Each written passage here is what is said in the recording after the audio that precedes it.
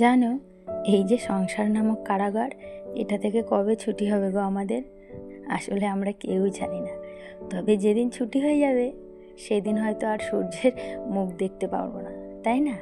So hello everyone, কেমন আছে সবাই? আশা করি সবাই ভালো আছো, আর আমিও ভালো আছি।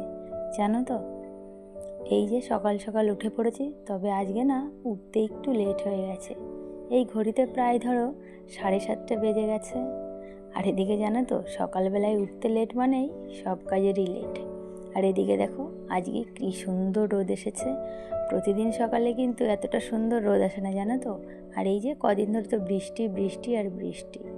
তো দেখো আজকে এই কি বলবো, এই চকচকা সকালটা দেখে মনটা সত্যিই ভালো হয়ে গেছে।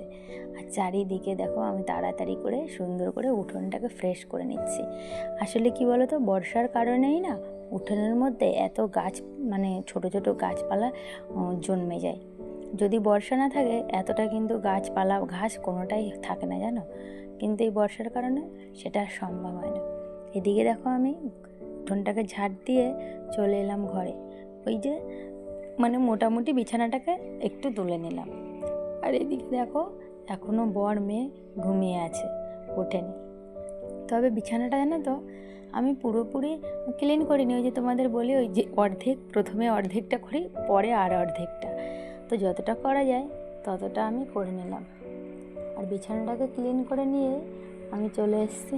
ওই যে তোমাদের বললাম, কি জানি কবে এইসব কাজ থেকে মুক্তি পাবো। জানো তো, আর ইচ্ছা করে না এই একই রকম কাজ প্রতিদিন করতে, সেই একই সকাল, একই ওঠা, একই কাজ। সত্যি মাঝে মাঝে যে কী বিরক্ত লাগে। তবুও কিছু করার নেই, জানো তো। আমরা তো আর বাইরের কোনো কাজ করি না, তাই না? আমরা যেহেতু এই যে গৃহবধূ, আমাদের সারা জীবন এই থালা বাসন ঝাঁটা, কি বলবো, ঘর ঝাড় দেওয়া, এগুলো নিয়েই আমাদেরকে থেকে যেতে হবে। জানি না এর থেকে কোনো দিনও মুক্তি পাবো কি না।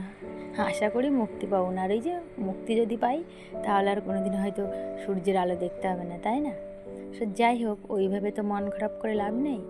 যার যেটা কাজ সেটা তো তাকে করতেই হবে। তো চলো, ওইভাবে মন খারাপ করে কোনো লাভ নেই। দেখতে থাকো আমার মিনি ব্লগটা। তো দেখো, এইদিকে তো আমার সব কিছু হয়ে গেছে করা, আর এদিকে আমি কলপাটটাকে ফ্রেশ করে চলে এলাম ঘরে। ওই যে বেশিরভাগ দিন যেন বরই চাটা বানায়।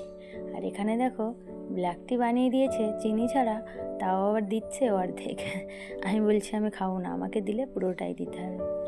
যাই হোক, ও আমাকে পুরোটা চা দিয়ে দিয়েছে। আর তার মধ্যে যেহেতু মেয়ে বর উঠে গেছে, তাই ভাবলাম এবার বিছানাটাকে পুরোপুরিভাবে ক্লিন করে নিই। এদিকে মেয়ে বাইরে ফ্রেশ হতে গেছে, আর এদিকে ওর বাবা তো দেখে যে চা করেই দিয়েছে। ভাবলাম আগে বিছানাটাকে ফ্রেশ করে নিয়ে তারপরে একটু রিল্যাক্স করে বসে চা খাবো। আর আজ জানো তো, মেয়ের শরীরটা খারাপ, ওকে আজ স্কুলে পাঠাতে পারিনি। ওই জন্য সকালবেলার তাড়াটাই একটু কম। যদি ওই স্কুলে যায় তাহলে তাড়াটা আমার সত্যিই ভীষণ বেশি থাকে। আর এদিকে বাইরেটা সত্যি কি অপূর্ব লাগছে, তাই না? আর এদিকে দেখো, সকাল সকাল মেয়েকে বলছি, বাবা তাহলে তুমি এক কাজ করো, একটা কলা আর একটা ডিম সিদ্ধ খেয়ে নাও। জানো তো, আমার বাচ্চাটা না কিছুই খেতে চায় না। বিশেষ করে সকালবেলা ও একদমই খেতে পারে না। ওকে যে কি খাওয়াবো আর কি দেবো আমি বুঝতেই পারি না, জানো। কোনো কিছু ও সেইভাবে পছন্দ করে না। তো যাই হোক, এখানে একটা ডিম সিদ্ধ করে দিয়েছি। আমি বলছি তুমি ডিম সিদ্ধটা খেয়ে নাও। তো তার মধ্যে দেখছি রান্নার জন্য আমার শাশুড়ি মা এনেছে চাল কুমড়ো। ভাবলাম তাহলে আগে সেটাকে একটুখানি কেটে দিই। তো দেখো, সেই মতো আমি এখানে চাল কুমড়োটাকে কেটে দিচ্ছি। তবে জানো তো, আজকে চাল কুমড়োর সঙ্গে আরও ছিল, যেগুলো তোমাদেরকে দেখানো হয়নি। সেটা হচ্ছে চাল কুমড়ো ভাজি হবে, আর সেই সঙ্গে হবে তোমার ওই যে ইলিশ মাছের ঝাল। আর জানো তো, কাল রান্না হয়েছিল চিকেন, বেশ কিছুটা চিকেন রয়েছে। ওই জন্য তোমাদেরকে আর সব কিছু দেখানো হয়নি। আজকে আমাদের এগুলোই রান্না হবে। তো আমি এদিকে চাল কুমড়োটাকে কেটে দিচ্ছি। আর ভেবেছি জানো, এই চাল কুমড়োটা কেটে দেওয়ার পর যেহেতু মেয়ে স্কুলে যাবে না, আজকে একটু অন্য কাজ করব। অন্য কাজ বলতে আর কি, সেই একই কাজ, তাই না? ওই ভেবেছি নিজের ঘরটাকে একটুখানি ফ্রেশ করব, জানো। বেশ কিছুদিন ধরে ঘরটাকে সেভাবে ফ্রেশ করতে পারছি না। আর এদিকে মেয়ে দেখো ডিম খেয়ে এই খেলা করছে।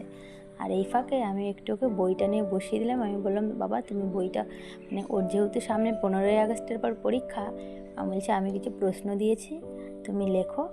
ও এইদিকে লিখছে, আর আমি ভেবেছি সেই ফাঁকে ঘরের মধ্যে যাই হোক কম বেশি কাজগুলো আমি আজকে কমপ্লিট করব। ওই তোমাদের তো বলি আলনাটা যতটা মানে যতই প্রতিদিন গোছায় না কেন, সেই দিন শেষে এসে দেখবো মনে হয় যেন ঘর বাড়ি না পরিষ্কারই করি না। কী বলো তো, ওই যে বলেছি বাচ্চা থাকলে যা হয়, সারা দিন কি এখনকার বাচ্চারা তো আগের মতো বাইরে সেইভাবে খেলতে যেতেও পারে না, আর সেইভাবে খেলার লোকও পায় না, তাই না? আর এখনকার সময়ের যা পরিস্থিতি, বাচ্চাকে বাইরে পাঠাতেও ভয় লাগে। ওই কী করবে, সারাদিন ঘরের মধ্যে থাকে, যা ইচ্ছা খুশি তাই করে। কিছু তো একটা ওদেরও করতে দিতে হবে, তাই না বলো? এদিকে দেখো মেয়ের বেশ কিছু জামা ছিল, সেগুলো ভাঁজ করে আমি ওর ওয়ার্ড্রপে রেখে দিলাম। আর সেই সঙ্গে সঙ্গে ভেবেছি যেন আজকে এটাকেও একটু ক্লিন করব। আর এই দেখো মাছের জারগুলো বেশ কিছুদিন হলো মানে কি বলবো, মানে সেভাবে পরিষ্কার হয় না যেন করা।